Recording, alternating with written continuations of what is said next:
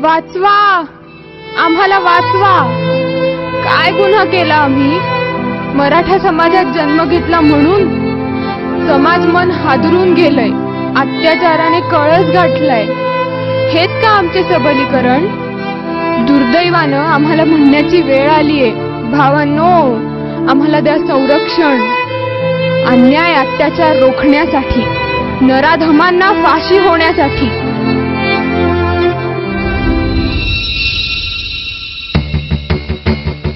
माणसात आलेल्या त्या सैतानांनी माझ्यासोबत बळजबरीने ओढत मला त्या सैतानांनी लिंबाच्या झाडाखाली आणून फेकले. मी ओढत होते, आई, बाबा, मला वाचवा.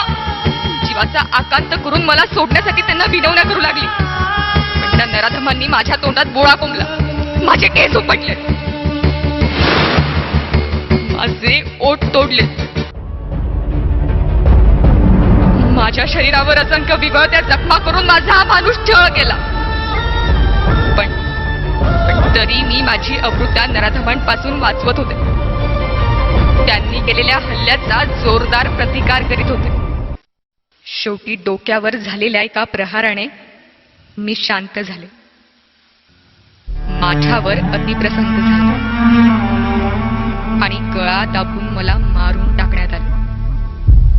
मी तुम्हाला विचारते, यात माझी चूक काय?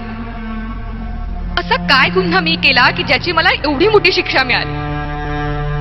आम्हा मुलींना स्वच्छंदी जगण्याचा अधिकार नाही का? शेवटी जाता जाता देवाकडे एकच प्रार्थना करेन, देवा, जे माझ्यासोबत घडलं ते कुणाच्याही मुलीसोबत आणि बहिणीसोबत होऊ देऊ नकोस.